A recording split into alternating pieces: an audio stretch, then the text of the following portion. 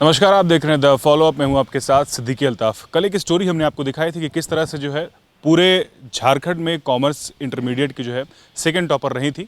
उनकी स्टोरी आपने फॉलोअप पर देखी थी। हमारे साथ इस वक्त पूरे झारखंड में आर्ट्स में तीसरा स्थान प्राप्त किए हैं सुधांशु हमारे साथ है। सुधांशु, सबसे पहले आपको बहुत बधाई। कैसे किस तरह की तैयारियाँ थी, कितना चैलेंजिंग रहा आपको थर्ड रैंक लाना पूरे झारखंड में आर्ट्स में? शुभकामनाओं के लिए सबसे पहले तो बहुत बहुत धन्यवाद। और मेरा नाम सुधांशु कुमार है। मैं 464 अंक के साथ पूरे झारखंड में तीसरा स्थान बनाने में कामयाब हुआ हूं। मैं सिमडेगा जिला का कुलीबिरा का रहने वाला हूं। रांची सेंट जेवियर से मैंने अपना 12th दिया है। 10th तक मैं अपने गांव के ही school Montfort senior secondary school से पढ़ा। वो CBSE बोर्ड से एफिलिएटेड था। 10th में चूँकि अच्छे परसेंटेज आए थे और मैं शुरू से ही पढ़ने में अच्छा था, तो उसी चीज़ को मैं कंटिन्यूटी बना के रखने के कारण मैं रांची आया। रांची में मैंने सेंट जेवियर्स कला संकाय में अपना एडमिशन कराया और बहुत ही इंटरेस्टिंगली मैंने आर्ट्स के साथ मैथ्स भी रखा।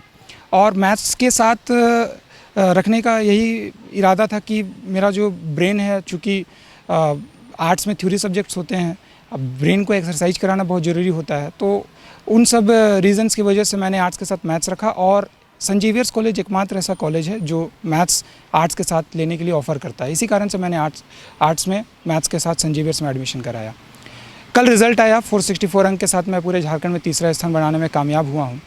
और इसमें सभी का बहुत ज़्यादा योगदान रहा है। मेरे माता पिता, मेरे पूर्व के जितने भी शिक्षक शिक्षिकाएँ हैं, कॉलेज के शिक्षक, और मैं यूट्यूब के टीचर्स को भी धन्यवाद देना चाहूँगा द फॉलोअप के माध्यम से, क्योंकि उनके बदौलत ही आज मैं 464 अंक ला पाने में कामयाब हुआ हूँ। जी सुधांशु, ये बताइए किस तरह से आप तैयारी कर रहे थे और कितना मुश्किल रहा, क्या क्या दिक्कतें आई इस दौरान जब आप तैयारी कर रहे थे इंटरमीडिएट की? जी, अपने घर को छोड़कर आप किसी एक अन्य नई जगह पर आते हैं तो चैलेंजेस भरा हुआ होता है। चैलेंजेस को आपको टैकल करना सीखना होगा। उन्हीं चैलेंजेस को टैकल करते करते मैं एक चीज़ अपने दर्शकों को बताना चाहूँगा कि किसी भी नए स्थान पर जा रहे हैं तो सबसे पहले आप उस नए स्थान को भांपें, समझें उस स्थान के बारे में, और उसके बाद अपना पढ़ाई वहाँ पर शुरू करें। जब तक आप इन्वायरमेंट में नहीं ढल पाएंगे, आप अच्छे से पढ़ाई नहीं कर पाएंगे। तो मेरा यही सोच था कि मैं रांची जाऊँगा और जो अपना रिकॉर्ड रहा है उस रिकॉर्ड को कायम रखूँगा। तो इसी सोच के साथ मैं रांची आया और आर्ट्स में शुरू से ही मेहनत करता गया। कॉलेज की जितने भी शिक्षक शिक्षिकाएँ हैं, उनके द्वारा जो भी मार्गदर्शन प्राप्त हुआ, वो मार्गदर्शन को मैं अपने ऊपर उतारता गया और NCERTs को हमेशा फॉलो किया। NCERTs के अलावा मैंने कोई बुक नहीं पढ़ा है उतना। चूँकि CBSE बोर्ड से मैं था, CBSE बोर्ड के जितने भी स्टूडेंट्स होते हैं उनको मालूम होता है NCERT का कितना महत्व होता है। तो मैं NCERTs को ही हमेशा पढ़ा और अन्य सोर्सेज जैसे गूगल और यूट्यूब के हेल्प से मैंने पढ़ाई की। जी, आपने कितना मार्क्स प्राप्त किया, कितने मार्क्स आए आपके? जी, आउट ऑफ 500 464 अंक प्राप्त हुए हैं मुझे। और जो सेकंड टॉपर है उनका कितना है? मेरे से बस एक अंक ही ज़्यादा है, 0.2%। 465 सेकेंड स्टेट टॉपर का है और थर्ड स्टेट टॉपर 469 मार्क्स उनका। सुधांशु, ये बताइए आगे की क्या तैयारियां हैं, कैसे देख रहे हैं आगे के भविष्य को आप? मुझे पॉलिटिकल साइंस में शुरू से ही इंटरेस्ट रहा था और इकोनॉमिक्स में भी इंटरेस्ट था, जिस कारण से मैंने मैथ्स ऑप्ट किया था आर्ट्स के साथ। लेकिन अब मेरा मन जो है वो पॉलिटिकल साइंस की ओर ज़्यादा झुक रहा है। तो आगे मैं कोशिश कर रहा हूँ कि BA पॉलिटिकल साइंस किसी एक अच्छी यूनिवर्सिटी से हो जाए। अभी मैं CUET के एग्ज़ाम देकर आया हूँ, जिसके बदौलत मुझे आगे कॉलेजेस में एडमिशन मिलने का मार्ग खुलेगा। तो बस यही सोच है कि पॉलिटिकल साइंस इंटरनेशनल रिलेशंस में कुछ अच्छा पढ़ाई करना है। क्या तैयारियां किस तरीके से थे? दिन भर आप कितना घंटा टाइम देते थे स्टडी के लिए, कैसे तैयारी करते? कॉलेज हमारा मॉर्निंग शिफ्ट में हुआ करता था, लगभग 6:30 से लेकर 10 बजे तक, और उसके बाद मैथ्स का क्लास चलता था 11 बजे तक।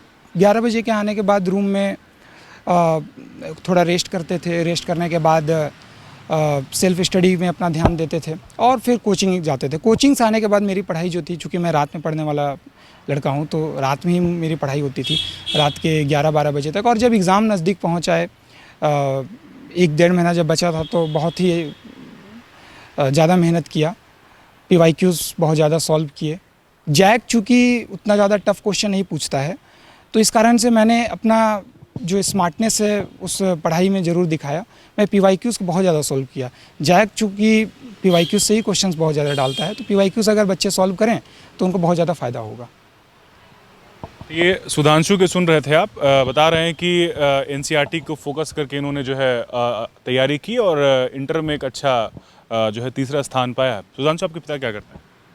मेरे पिता सहारा इंडिया में कार्यरत थे, फील्ड वर्क उनका था, और माता जी पंचायत समिति सदस्य हैं डुमटेली पंचायत से। कैसी है आपके घर की आर्थिक स्थिति?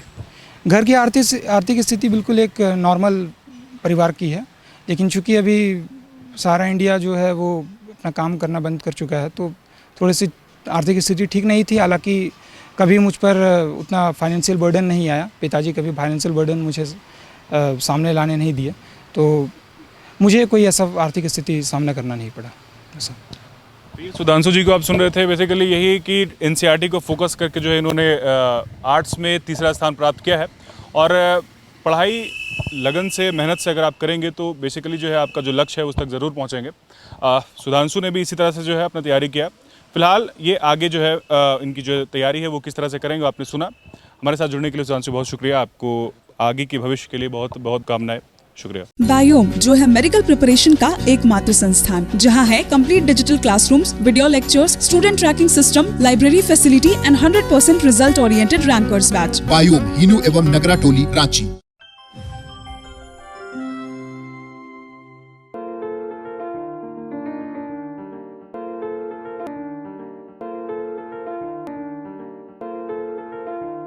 thefollowup.in. Like, share, and subscribe. www.thefollowup.in